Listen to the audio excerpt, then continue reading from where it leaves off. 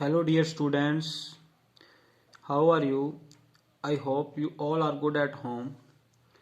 In last videos, we discussed about addition, subtraction and multiplication of decimals.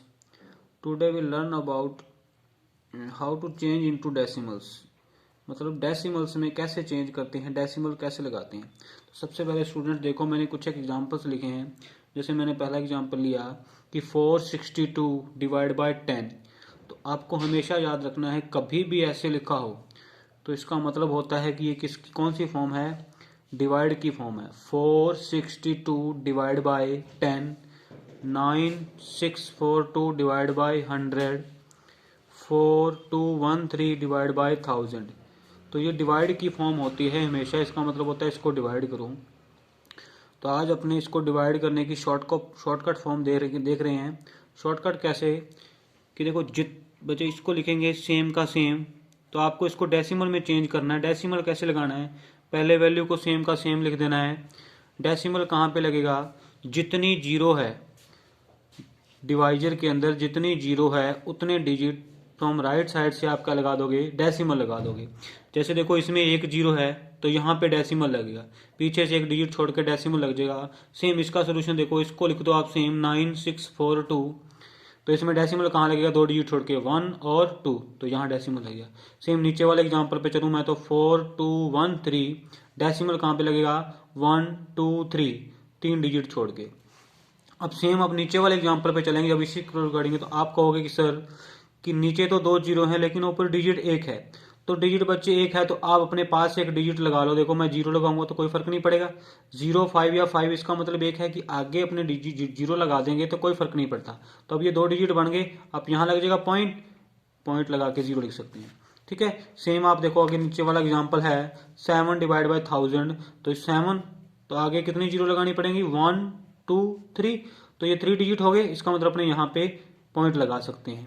तो ये कहाँ कब लगाना है आपको, जब डिवाइड के अंदर 10 हो, डिवाइड के अंदर क्या हो, 10 हो, 100 हो, 1000 हो, 10,000 हो, मतलब डिवाइड की फॉर्म में आपको जीरोज मिले, 10 100 1000 10,000 लाख इस प्रकार मिले, तो आपको उसको इस प्रकार चेंज कर सकते हैं।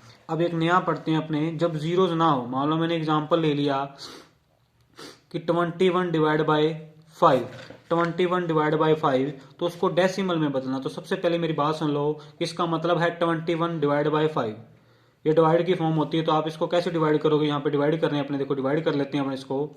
21 अंदर, 5 बाहर, तो 5 का टेबल पढ़ेंगे 4 5 जा 20, रिमाइंडर कितना बच गया, 1, रिमाइंडर बच गया 1।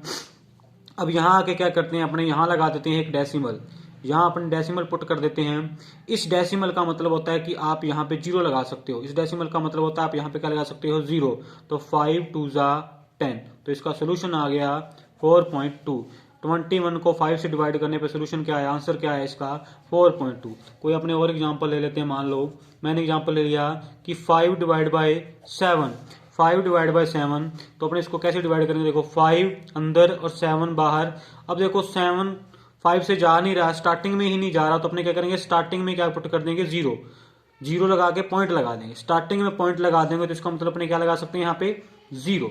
तो करिए 7 7 जा 49, रिमाइंडर क्या आ गया 1, रिमाइंडर क्या आ गया 1।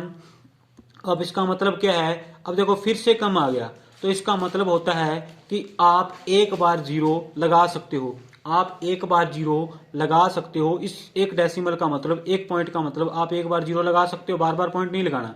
तो अपने यहाँ क्या लगा सकते हैं 10, फिर आ गया 7 1 जा 7, रिमाइंडर कितना आ गया फिर से 3।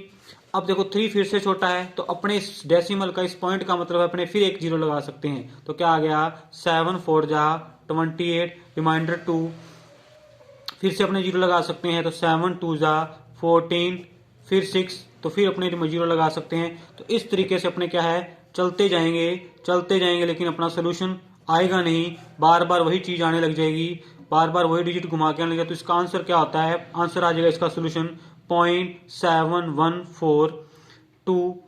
मतलब आप डेसिमल के बाद 2 या 3 डिजिट लिख के इसको छोड़ सकते हो, 2 या डिजिट लिख के छोड़ सकते हो। वैसे इसका सोल्यूशन क्या होता है, अपन इसको डैश डैश लगा के छोड़ देंगे। तो आई होप आपको मेरी वीडियो समझ में आई होगी।